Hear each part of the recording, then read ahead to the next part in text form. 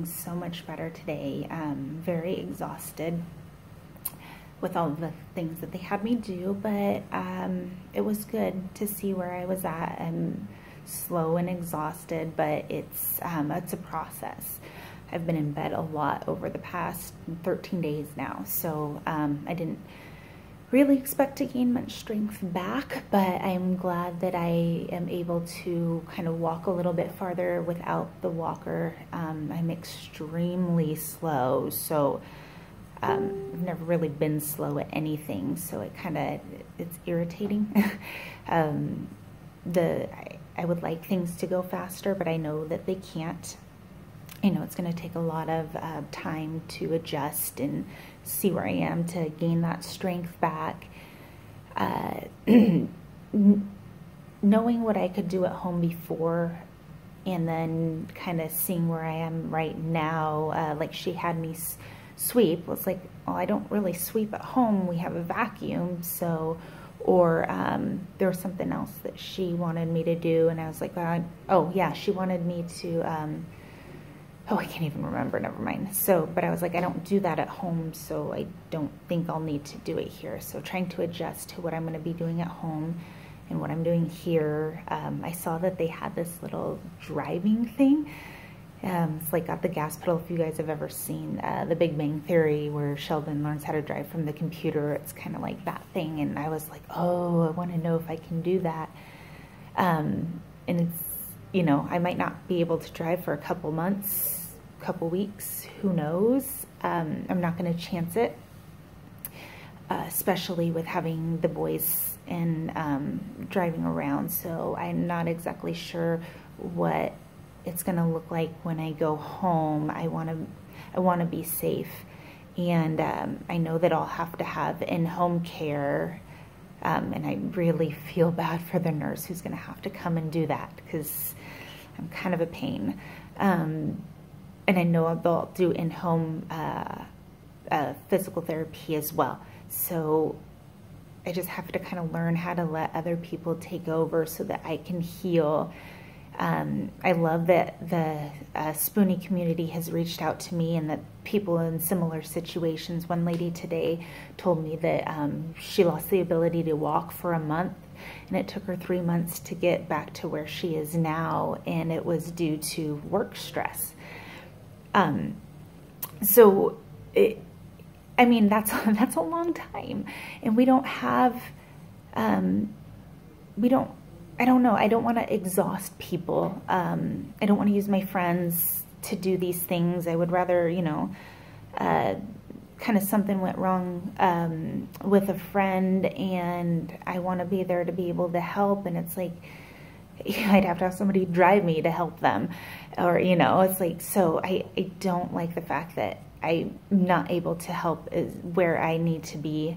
I don't like asking for help, but it's going to be a very big adjustment to what I can do, and yeah, I don't know what this is going to look like. And for Landon, he's got speech and ABA therapies, and school and all these things that I normally take him to. I'll have doctor's appointments while Philip's at work, and I don't, I just like all these, you know, these things that are coming at us, and this new week is coming, and we don't have a, you know, we don't have a plan.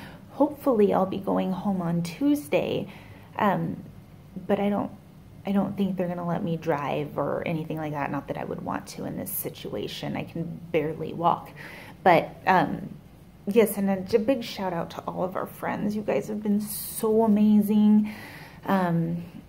So amazing. And I wish we could repay you in a huge way, and whatever that looks like, you know, don't hesitate to ask, even though I'm kind of, you know, in the present situation I am in. I cannot do much, but I can always do what I want to, you know, or do what you need me to within my limits.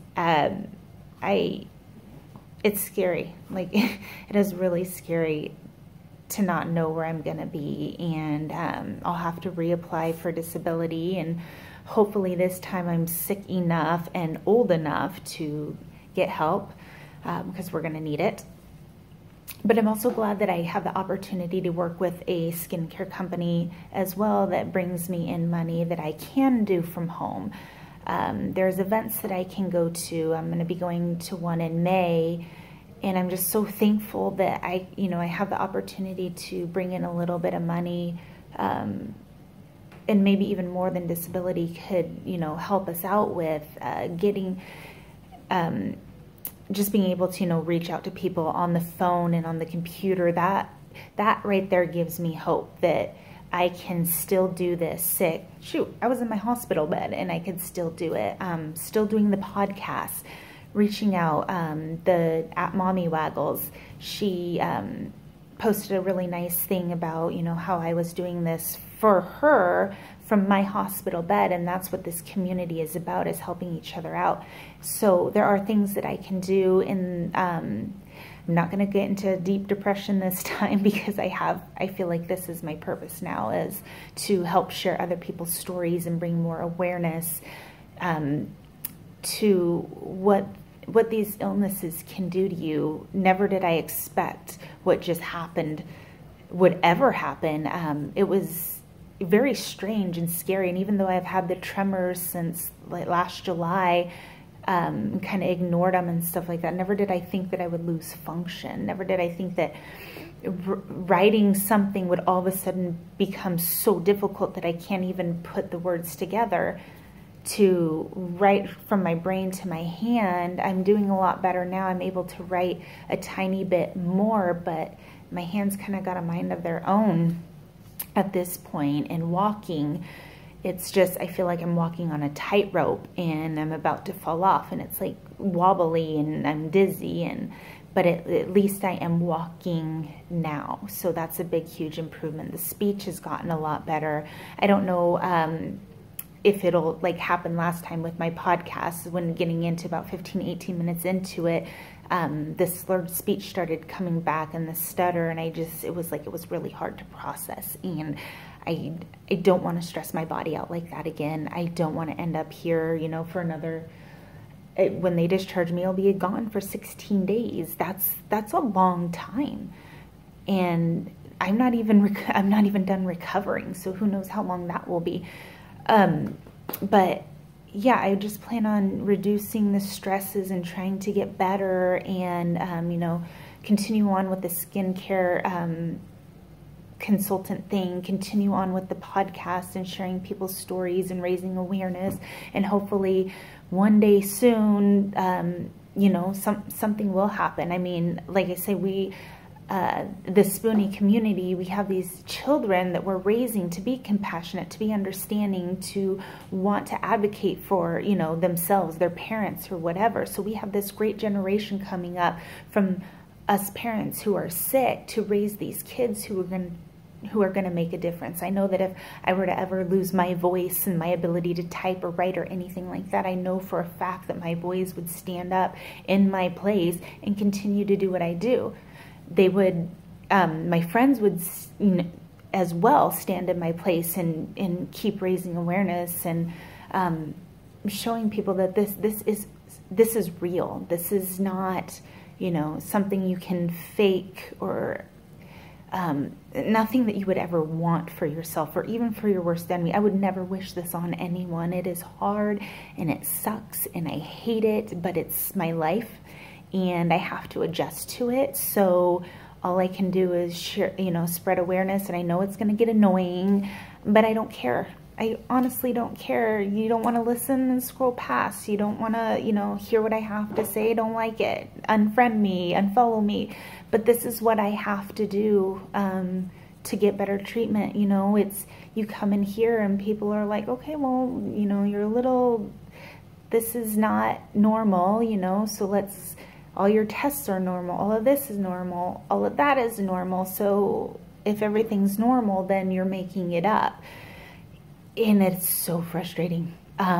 It is extremely frustrating. And then they put a label on it, conversion disorder, which is very confusing to me, because when you read it, it's like a psychological stress that manifests in a physical way. So I would say about 90% of the doctors are like, oh, let's call it conversion disorder because it's all in their head and they're making it up. And then you have the other percentage that is like, no, this is a real thing. These things happen, what stress can do on your body. Even on a healthy person, if you have too much stress, you know, there's migraines and there's constipation or diarrhea, or, you know, you get sick, you get physically sick. So these things are real, and stress really does play a big part in it. And I don't think a lot of people understand that, especially with having Addison's disease. I don't have the cortisol that you guys have to, you know, wake you up in the morning and be peppy, and it regulates you throughout the day. I don't have that luxury. I have to take steroids for that, and if I don't take those steroids, then I can end up in another crisis. I can end up right back here where I am. I can end up in a coma, or even worse, dead. So it's really hard to explain to somebody, you know, can you not stress me out? And I don't know, I think a lot of people take the defense on that, and it's like, it's not meaning to be defensive, and I'm not trying to make you back down from a fight that you think you need to win. It is literally for my health. You really have to stay like very zen, very meditate and do these things. And I know it sounds crazy, but it helps.